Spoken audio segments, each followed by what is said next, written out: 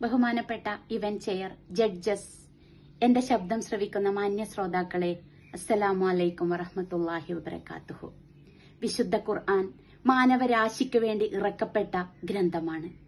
ഒരു മനുഷ്യൻ അവന്റെ ജീവായുസ്സിനുള്ളിൽ എങ്ങനെ ജീവിക്കണമെന്നും എങ്ങനെ സമൂഹവുമായി ഇടപഴകണമെന്നും അവന്റെ കടമകളും കർത്തവ്യങ്ങളും എന്തൊക്കെയാണെന്നും വളരെ കൃത്യമായി ഖുർആനിലൂടെ നമുക്ക് അറിവ് നൽകുന്നു. അതുപോലെ വൈജ്ഞാനിക രംഗത്ത് ഇന്ന് ശാസ്ത്രം തെളിയിച്ചുകൊണ്ടിരിക്കുന്ന പല വസ്തുതകളും 1400 വർഷങ്ങൾക്ക് മുമ്പ് ഖുർആനിൽ എഴുതപ്പെട്ടതാണെന്ന് നമുക്ക് അഭിമാനത്തോടെ പറയാൻ കഴിയും. വിശുദ്ധ ഖുർആൻ സ്നേഹസാഗരമാണ്, അതൊരു സാന്ത്വനമാണ്. വിശുദ്ധ ഖുർആനിലെ 54ാമത്തെ സൂറത്തായ സൂറത്തുൽ ഖമറിലെ ആവർത്തിച്ചു വരുന്ന ഒരു ആയത്തിനെ ആസ്പദമാക്കിയാണ് ഞാൻ നിങ്ങളോട് സംസാരിക്കാൻ പോകുന്നത്. വലഖദ് യസ്സർനൽ ഖുർആന ലിദ്ദിക്രി ഫഹൽ മിൻ മുദക്കിർ. നിശ്ചയമായും ഓർമ്മിച്ചു മനസ്സിലാക്കുന്നവർക്കായി ഖുർആൻ നാം എളുപ്പമാക്കിയിരിക്കുന്നു. എന്നാൽ ഓർമ്മിച്ചു മനസ്സിലാക്കുന്നവരായി വല്ലവരുമുണ്ടോ? ഈ ചോദ്യം നാം നമ്മോട് ചോദിക്കേണ്ടതാണ്. ഉപഭോഗ സംസ്കൃതിയുടെ ഈ കാലഘട്ടത്തിൽ മനുഷ്യൻ പരസ്പരം മത്സരിച്ചുകൊണ്ട് മുന്നോട്ടു പോകുമ്പോൾ സ്നേഹത്തിനു വിലയില്ല, ബന്ധങ്ങൾക്ക് വിലയില്ല. തന്റെ മടിശീല കനക്കുവാൻ വേണ്ടി പരസ്പരം മത്സരിക്കുന്ന ഈ ഒരു കാലഘട്ടത്തിൽ ഈ ഒരു അറിവ് നാം സമൂഹത്തിന് പകർന്നു കൊടുക്കേണ്ടത് വളരെ അത്യന്താപേക്ഷിതമാണ്. സൂറത്തുൽ ഖമർ ഇറക്കപ്പെട്ടത് മക്കയിലാണ്. പ്രവാചകന്റെ ആദ്യകാല ജീവചരിത്ര കാലഘട്ടത്തിൽ ഇറക്കപ്പെട്ട സൂറത്താണ്. ഖുറൈശിയിലെ നേതാക്കന്മാർ അദ്ദേഹത്തിന്റെ പ്രവാചകത്വത്തിൽ സംശയം പ്രകടിപ്പിച്ചപ്പോൾ സർവശക്തന്റെ അനുഗ്രഹത്താൽ പ്രവാചകൻ ചന്ദ്രനെ 2 പിരിഞ്ഞു വീഴ്ത്തുകയും പിന്നീടത് പുനഃസംയോജിപ്പിക്കുകയും ചെയ്തു. ഇതിനെ ആസ്പദമാക്കിയാണ് ഈ സൂറത്തിന് അൽ ഖമർ എന്ന പേര് നൽകിയത്. ഈ സൂറത്തിൽ വിശദീകരിക്കുന്നത് സത്യനിഷേധികളായ ജനങ്ങൾക്ക് നൽകുന്ന ശിക്ഷയെക്കുറിച്ചാണ്. നൂഹ് ജനതയെ വെള്ളം കൊണ്ട് പരീക്ഷിച്ചതും വിശ്വാസികളായ നൂഹിനെയും കുറച്ചുപേരെയും കപ്പലിൽ രക്ഷപ്പെടുത്തിയതും ബാക്കിയുള്ളവരെ വെള്ളത്തിൽ മുങ്ങിമരിക്കുകയുമാണ് ഉണ്ടായത്. ആദ് സമുദായത്തെ കാറ്റുകൊണ്ട് പരീക്ഷിച്ചു. സമൂദ് ഗോത്രത്തിന് അള്ളാഹു ഒട്ടകത്തെ അയക്കുകയുണ്ടായി.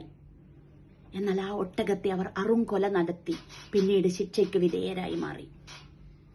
ലൂത്ത് ജനതയെ ചരൽക്കാറ്റുകൊണ്ട് പരീക്ഷിച്ചു. ലൂത്തിനെയും കുടുംബത്തെയും അതിൽ രക്ഷപ്പെടുത്തി. ധിക്കാരിയായ ഫിറഔനെയും കുടുംബത്തെയും പരീക്ഷിക്കുന്നതും ശിക്ഷിക്കുന്നതും ഈ സൂറത്തിലൂടെ നമുക്ക് കാണാൻ കഴിയും. ഇതിലൂടെ നമുക്ക് നൽകുന്ന ആശയം, ഖുർആനെ പിൻപറ്റി ജീവിക്കുകയാണെങ്കിൽ നിങ്ങൾക്ക് ജീവിത വിജയമുണ്ടാകുമെന്നും സത്യനിഷേധികളായി മാറുകയാണെങ്കിൽ നിശ്ചയമായും നിങ്ങൾക്ക് അതിന്റെ കടുത്ത ശിക്ഷ തന്നെ ഉണ്ടാകുമെന്നുമാണ്.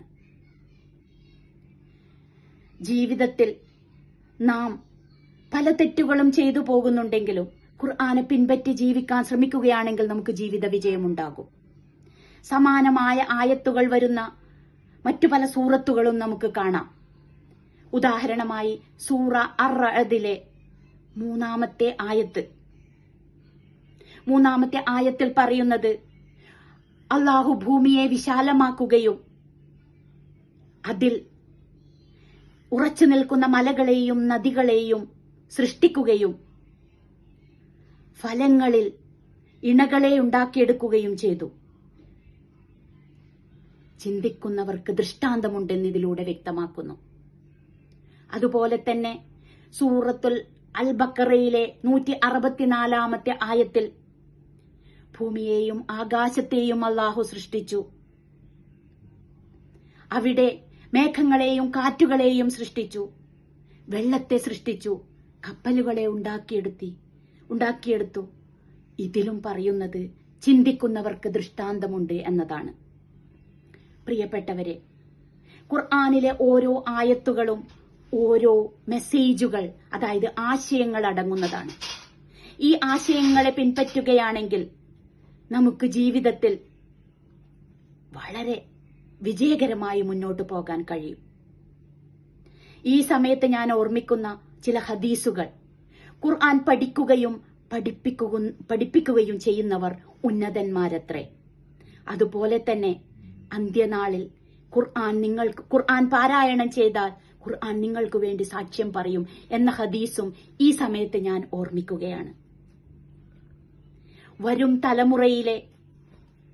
തലമുറയ്ക്ക് നാം നൽകേണ്ടത് ആത്മീയ വിദ്യാഭ്യാസവും ഭൗതിക വിദ്യാഭ്യാസവും നൽകുമ്പോഴും ആത്മീയതയ്ക്ക് കൂടുതൽ പ്രാധാന്യം നൽകി നമുക്ക് എന്തൊക്കെയാണോ നമ്മുടെ മക്കൾക്ക് നൽകാൻ കഴിയുന്നത് അത് നാം വളരെ കൃത്യമായി തന്നെ ജീവിത മൂല്യങ്ങളായി അവർക്ക് കൊടുക്കുകയും ചെയ്യണം. ഈ ഒരു കാലഘട്ടത്തിൽ ഈ ആയത്തിന്റെ പ്രത്യേകത എടുത്തു പറയാവുന്നതാണ്. പാലസ്തീനിൽ ഇന്ന് നടന്നുകൊണ്ടിരിക്കുന്നത് നമുക്കറിയാം. വളരെ വേദനാജനകമായ ഒരു പരീക്ഷണത്തിലൂടെയാണ് ആ ജനങ്ങൾ കടന്നു പോകുന്നത്. ഈ ഒരു കാലഘട്ടത്തിൽ നമുക്ക് നമ്മുടെ മക്കൾക്ക് വേണ്ടി, ഈ സമൂഹത്തിനു വേണ്ടി ഖുർആൻ ഒരു വിശുദ്ധ ഗ്രന്ഥമായി അവതരിപ്പിച്ചുകൊണ്ട് പ്രചരിപ്പിച്ചുകൊണ്ട് തൽക്കാലം ഞാൻ നിങ്ങളോട് വിട പറയുന്നു. അസ്സലാമു അലൈക്കും വറഹ്മത്തുള്ളാഹി വബറകാതുഹു.